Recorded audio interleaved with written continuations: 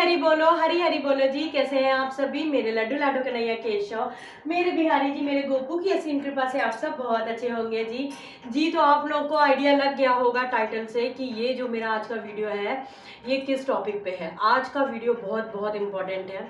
देखिए, हमारा पवित्र महीना, हमारा दामोदर महीना, हमारा कार्तिक महीना समाप्त होने को है। हमारे श्री हरि, हमारे प्रभु का अति प्रिय महीना दामोदर महीना है। बहुत बड़ी बड़ी लीलाएं हुई हैं। सारे जितने भी त्योहार होते हैं जो कि बहुत ही प्रभु को प्रिय हैं और श्री हरि को समर्पित हैं, वो सारे कार्तिक महीने में ही होते हैं। चाहे वो आंवला नवमी हो गया, गोपाष्टमी हो गया और जितने भी त्योहार होते हैं जी। तो शुरू करते हैं आज का जो हमारा मेन जो टॉपिक है जो मैं आप लोगों को। तो जी 4 तारीख को हमारी देव उठान एकादशी है। इस दिन हमारे श्री हरि, हमारे प्रभु, हमारे विष्णु भगवान जाग जाएंगे। और मैं आपको अपने बचपन की बात जल्दी से बताऊं तो देव शयनी एकादशी जब होती थी, तो जब मेरी माँ मुझे बताती थी कि आज प्रभु शयन को जा रहे हैं, मैं बड़ा ही दुखी हो जाती थी। मैं रो तक देती थी कि प्रभु शयन को जा रहे हैं, अब कैसे क्या होगा, मैं किससे सारी बातें करूंगी। और जब देव उठान एकादशी होती थी, जब मम्मी बताती थी कि इतने टाइम के बाद भाई आज प्रभु जागेंगे, मैं इतनी खुश होती थी, इतना हर्ष, इतना उत्साह होता था जी। तो वो हर्ष उत्साह मेरे प्रभु की असीम कृपा से आज भी है और ऐसा ही रहे हमेशा हमेशा। तो बहुत ही इम्पोर्टेंट है 4 तारीख से पूर्णिमा तक का दिन, देव उठान एकादशी से कार्तिक पूर्णिमा तक का दिन बहुत ज़रूरी है सभी लोगों के लिए। जिन्होंने कार्तिक स्नान किया है उनके लिए भी बहुत ज़रूरी है, क्योंकि कार्तिक महीने का समापन हो रहा होगा। जिन्होंने कार्तिक महीने में स्नान नहीं किया है, जो लोग किसी कारणवश से इस बार विधि विधान से प्रभु की कार्तिक महीने में पूजन नहीं कर पाए हैं, जो दीपदान नहीं कर पाए हैं, उनके लिए 4 दिन 5 दिन बहुत बहुत बहुत ज़रूरी। ठीक है, किसी भी कारणवश आप नहीं पूजन कर पाए हैं, दीपदान नहीं कर पाए हैं, तुलसी मैया की पूजा नहीं कर पाए हैं, तो कोई बात नहीं। 4 तारीख देव उठान एकादशी से कार्तिक पूर्णिमा तक का आपने अगर विधि विधान के साथ में संकल्प आप अपनी क्षमता के अनुसार ले सकते हैं। देखिए, अगर आपने विधि विधान के हिसाब से, अपने संकल्प के हिसाब से प्रभु की पूजन कर ली, तो आपको पूरे महीने के जितना ही फल मिलता है। ठीक है, बात करते हैं सबसे पहले देव उठान एकादशी 4 तारीख से आप लोग को कैसे शुभारंभ करना है। 4 तारीख को आप लोग सुबह जल्दी उठ जाइए। जो टाइम होता है कार्तिक स्नान का, उसी समय आप लोगों को जागना है। ठीक है, कार्तिक स्नान जो लोग कर रहे हैं तारों की छाव में, जैसे वो स्नान करते हैं, उसी टाइम पे 4 तारीख को आप लोग को जाग जाना है। जो लोग भी 4 से 7 तारीख तक का पालन करेंगे, सुबह जल्दी उठ जाइए, प्रभु की पूजन अर्चन करिए, तुलसी मैया के पास में पूजन करिए, दीपक बना करके रख लीजिएगा। आपको 4 तारीख से 8 तारीख तक का, 8 तारीख को हम नहीं गिनेंगे क्योंकि 8 तारीख को पड़ रहा है चंद्र ग्रहण, तो 8 तारीख को नहीं मानने होगा। 4, 5, 6, 7 4 दिन में आपको तुलसी माता की पूजा अर्चन, प्रभु की पूजन अर्चन बहुत ही विधि विधान के साथ करनी है। आपको क्या करना है, सुबह आप उठिए, अपने घर को अच्छे से स्वच्छ करिए, नहाइए धोइए, सब ये चीज़ें होंगी बहुत जल्दी, सुबह 3:30 4 बजे के करीब।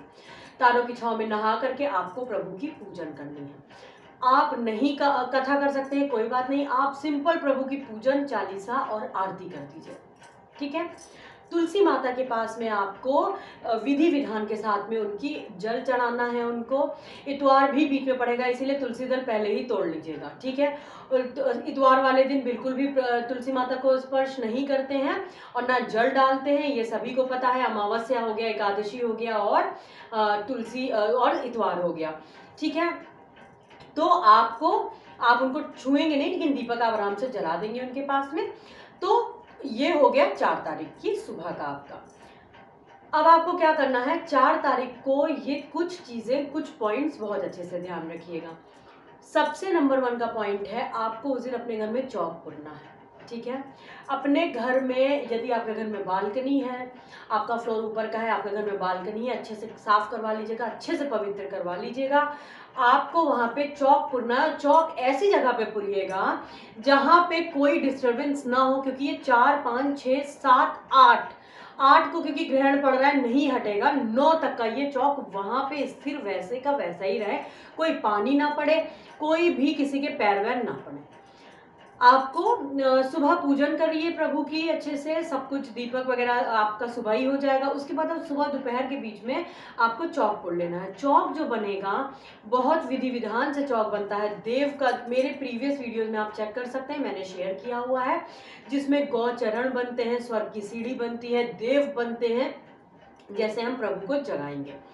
अब आपको क्या करना है, 3 तारीख को ही पूजन की सारी सामग्री आप ला करके रख लीजिएगा, जिसमें आपका गन्ना सबसे मेन होता है, क्योंकि उसी का मंडप बनेगा। गन्ना हो गया, मूली हो गई, बहुत सारी चीजें होती है। आपको सब, जब आप पूजन का सामान लेने जाएंगे तो वहां पे आपको पूरी डलिये में मिल जाएगा। तो आपने चौक पुड़ लिया। चौक पुड़ने में सबसे ज़रूरी चीज़ है, सबसे ज़रूरी, आपको डोरियां लेकर के जानी है अपने हर कमरे में। जैसे आपने चौक पुड़ा तो आपको उसमें से डोरियां निकाल देनी है। आपके जो फर्स्ट फ्लोर है, जहाँ पे आंगन है, मानिए आपका घर ऊपर तक का है, सेकंड फ्लोर है, थर्ड फ्लोर है, तो आपको जीने तक का ही ले जाना है। और उसके बाद में वो सारी आपको डोरियों को अपने घर के हर कमरों में और मंदिर में ला करके आपको वहां पे चरण प्रभु के बना देने हैं। ठीक है, डोरी जरूर निकालिएगा। दूसरी इंपॉर्टेंट बात है कि जो लोग जैसे कार्तिक में तुलसी माता की पूजन अच्छे से नहीं कर पाए, तो ये 5 दिन 4 दिन आपको डट के अच्छे से तुलसी माता की पूजन करनी है। ठीक है, अब आपकी 1 तारीख को गोपाष्टमी होगी, 2 तारीख को आंवला नवमी होगी, वो सारी विधि विधान से पूजन करिएगा। देखिए, सारी ही चीजें कार्तिक महीने में, दामोदर महीने में पड़ती हैं, प्रभु की सारे प्रिय त्योहार। ठीक है, तो आप अगर सही तरीके से माने तो 2 तारीख से ही पूजन शुरू हो जाएगी, आंवला नवमी से। ठीक है, फिर आपको क्या करना है, 4 तारीख को शाम के समय आपको जो चौक आपने बनाया है वहीं पे ही आपको उसी के पास में तुलसी माता को भी विराजमान करना है। इसीलिए मैंने कहा कि आपको जो चौक बनाना रहेगा वो इतने अच्छे से चौक बनाइएगा कि कोई भी डिस्टर्बेंस ना हो, क्योंकि वो 5 से 6 दिन आपका वैसे ही रहने वाला है। आपको चौक के ही पास में तुलसी माता को विराजमान कर लीजिएगा, और शालिग्राम महाराज जी वहीं पे आ जाएंगे, और उनकी जो विवाह आप करेंगे वो चौक के पास में ही करेंगे। शाम को आपको क्या करना है, जो चौक आपने बनाया है उसमें जो थाली में आप जो टोकरी होता है, देखिए ये सारी अगर मैं डीप में बताऊंगी तो वीडियो बहुत लॉन्ग हो जाएगा। ठीक है, आप मेरे प्रीवियस वीडियो भी देख सकते हैं, लेकिन जो विधि विधान है वो मैं आपको बता देती हूँ। फिर आपको चौक में जो देव आपने बनाए हैं उनके पास में ही आपको जो थाली में आप सारा चढ़ाने का सामान रखोगे वो आपको रख देना है। ठीक है, दीपक प्रज्वलित कर देना है, और विधि विधान से जिस तरीके से आपके परिवार में होता आया है वैसे आप तुलसी विवाह करिएगा। और तुलसी विवाह में सबसे इंपॉर्टेंट चीज जो होती है वो है माता की, खूब सुंदर से उनको सजा लीजिएगा, उनका लहंगा बना लीजिएगा, और जो श्रृंगार की सामग्री होती है वो जरूर होगी। श्रृंगार की सामग्री में आलता और सिंदूर, चूड़ी, बिंदी, चुनरी, ये सब चीजें जरूर होनी ही होनी चाहिए जी। ठीक है, तो इस तरीके से आपको तुलसी माता की अच्छे से पूजन कर लेनी है। उनको पहले ही आप लोग दोपहर में ही विराजमान वहां पे कर दीजिएगा, जिससे कोई डिस्टर्बेंस ना हो, और वहीं पे खूब अच्छे से सजा के डेकोरेट करके आपको तुलसी माता शालिग्राम महाराज जी का पूजन करना है। ठीक है, यदि आप कथा उस दिन कर सकते हैं तो बहुत बहुत बहुत उत्तम है।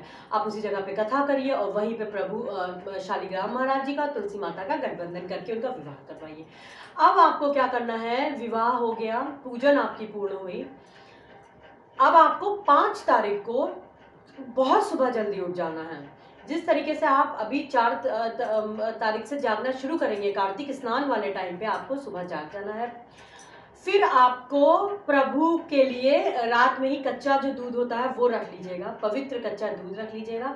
और जो चौक में आप प्रभु के चरण बनाएंगे, सबसे जरूरी है, चौक बहुत विधि विधान से बनेगा, एक बार आप देख लीजिएगा, मैं कोशिश भी करूंगी कि मैं आप लोगों के साथ में शेयर कर सकूं। तो जो चौक आप बनाएंगे उसमें जो प्रभु के चरण होंगे, आपको 5 तारीख को सुबह ही सुबह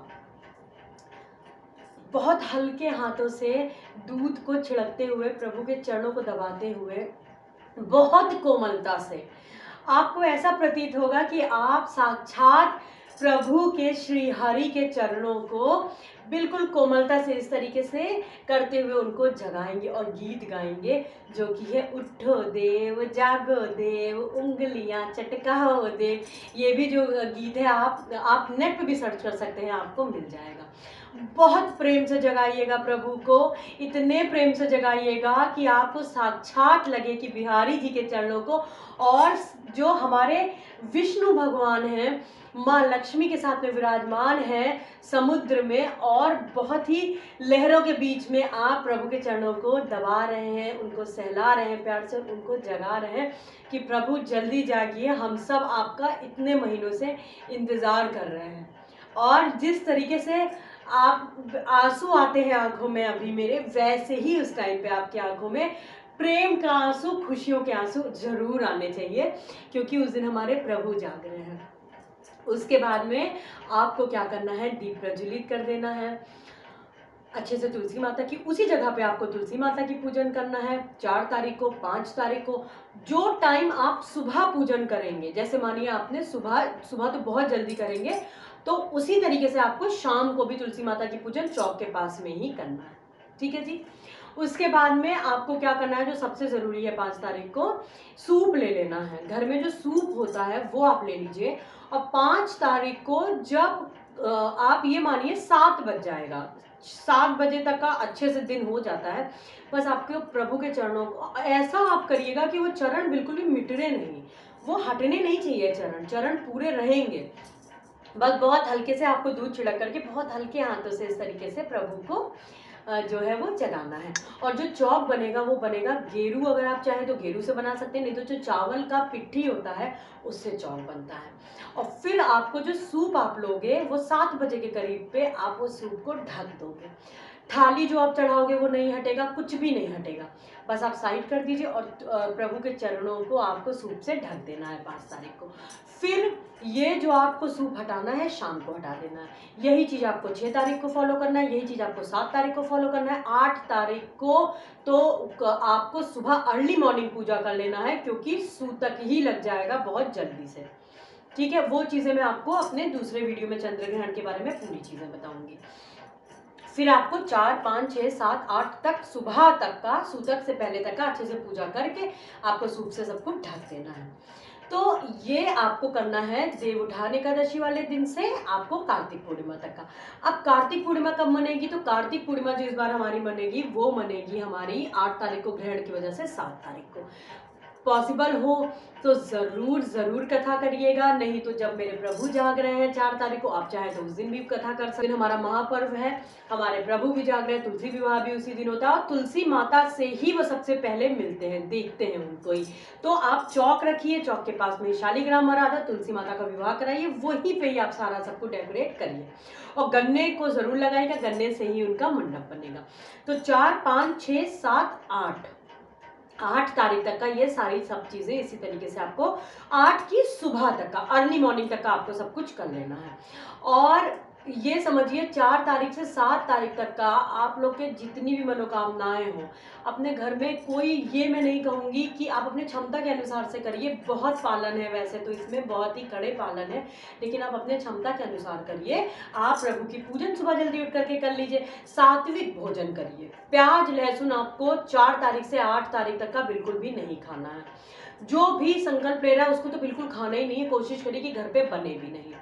4 से जब तक कि कार्तिक पूर्णिमा नहीं हो जाती है घर में प्याज लहसुन मत बनवाइएगा, कोशिश करिएगा। यदि आप कोई जॉइंट फैमिली में है और आप मजबूर हैं कि बनना पड़ेगा, क्योंकि मैं समझ सकती हूँ जॉइंट फैमिली में बहुत सारे लोग होते हैं जिनकी धारणाएं अलग अलग होती हैं, लेकिन उनकी जो नेगेटिव धारणा है उनको एक तरफ करिएगा, उन पर तो ध्यान ही मत दीजिएगा बिल्कुल भी। कोशिश करिए कि उनके अंदर भी परिवर्तन लाइए, उनके अंदर भी भक्ति लाइए, लेकिन आप उनके लिए जो बना रहे हैं वो बना रहे हैं, लेकिन आपको बिल्कुल भी नहीं खाना है, ठीक है। और अच्छे से तुलसी माता की पूजन करिएगा। दहलीज की पूजन बहुत इंपॉर्टेंट है। 4 तारीख से 8 तारीख तक का आपको अपनी दहलीज की पूजन बहुत अच्छे से सुबह ही सुबह कर लेना है, ये भी मैं शेयर कर चुकी हूँ। सुबह अपना जब आप आंगन साफ करेंगे, जब आप नहाने वाले होंगे, आप आंगन साफ करने के बाद में अपने जो दहलीज है उसको गेरू से अच्छे से लीप दीजिएगा और वहाँ पे छोटी सी रंगोली बना दीजिएगा, और बस इतना ही करना है आपको। फिर उसके बाद आप जब स्नान वगैरह कर लेंगे, जब पूरी पूजन आपकी हो जाएगी, उसके बाद आपको वहाँ पे दीप प्रज्वलित कर देना है, धूप बत्ती जला देना है, पूरे घर को, वातावरण को शुद्ध कर देना है जी। तो ये है 4 से 8 तारीख तक का, और इसको आप अगर अच्छे से कर लेंगे तो बहुत ही इजी मैंने बताया है, कोई बहुत कठिन आपको मैंने संकल्प नहीं बताया। अगर आप बहुत ज़्यादा डीप जाएंगे तो बहुत कठिन संकल्प है। प्रभु तो बस भाव के भूखे हैं, आप बस इतना ही कर लीजिए तो बहुत है। शाम को तुलसी माता के पास दीपक अच्छे से जलाइए। एक कोई ज़रूरी नहीं है एक जलाइए, कई जला दीजिए, 5 जलाइए, 11 जलाइए, बिल्कुल उनका जो द्वार है खूब अच्छे से जगमगा दीजिए। करिए तो बहुत ही उत्तम है। और देव दीपावली में अपने घर में पूरा दिवाली के तरीके से दीप प्रज्वलित कर दीजिएगा, हर कोने में दीप जलाइएगा, बहुत सुंदर तरीके से दीप प्रज्वलित करिएगा। तो बस इसी तरीके से आप पूजन कर लीजिए। आपको कार्तिक महीने में पूरा नहीं आप स्नान कर पाए तो ये 5 दिन भी अगर आपने विधि विधान से पूजन कर लिया तो आपको फल वैसा ही मिलेगा। अगर आपके पास में कोई पुराण है, पद्म पुराण है, आप कुछ भी पढ़ना चाहें तो आप वो भी पढ़ सकते हैं। धार्मिक मतलब या रामायण की चौपाइयाँ पढ़ लीजिए 4 तारीख से 8 तारीख तक का, या आप सुंदर कांड का ही पढ़ लीजिए, लेकिन कुछ ना कुछ जरूर पढ़ लीजिए। और सुबह स्नान करिए तो उसमें चुटकी भर हल्दी डाल दीजिए, हल्दी ना हो तो गंगा जल डाल दीजिए, यमुना जल डाल दीजिए, चुटकी भर हल्दी डाल दीजिए। तो इन सब चीज़ों से आप इस तरीके से पालन करेंगे तो आपको फल बहुत अच्छा मिलेगा। तो बस उसी में हमारे प्रभु हमारे बिहारी जी प्रसन्न हो जाते हैं। तो ये था मेरा आज का कुछ वीडियो, कुछ और भी होगा तो मैं ज़रूर शेयर करूँगी। कोई भी प्रश्न होंगे तो कमेंट बॉक्स में ज़रूर पूछिएगा, और मैं आप लोगों के साथ कम्युनिटी में अपनी देव उठान एकादशी का जो चौक है उसे शेयर कर दूंगी, उसे ज़रूर देखिएगा। तो आज के लिए बस इतना ही। चंद्र ग्रहण पे लड्डू बाबू लाडो की सेवा कैसे होगी, सूतक कब से लगेगा, वो मैं आपको जल्दी शेयर करूँगी। तो आज के लिए बस इतना ही। हरि बोलो, हरि हरि बोलो, हरि हरि बोलो। भा अक्षर में हरि बसे, राम में बसे राधा, बोलो हरि बोलो, हरि हरि बोलो। राधे राधे जी, हरि हरि।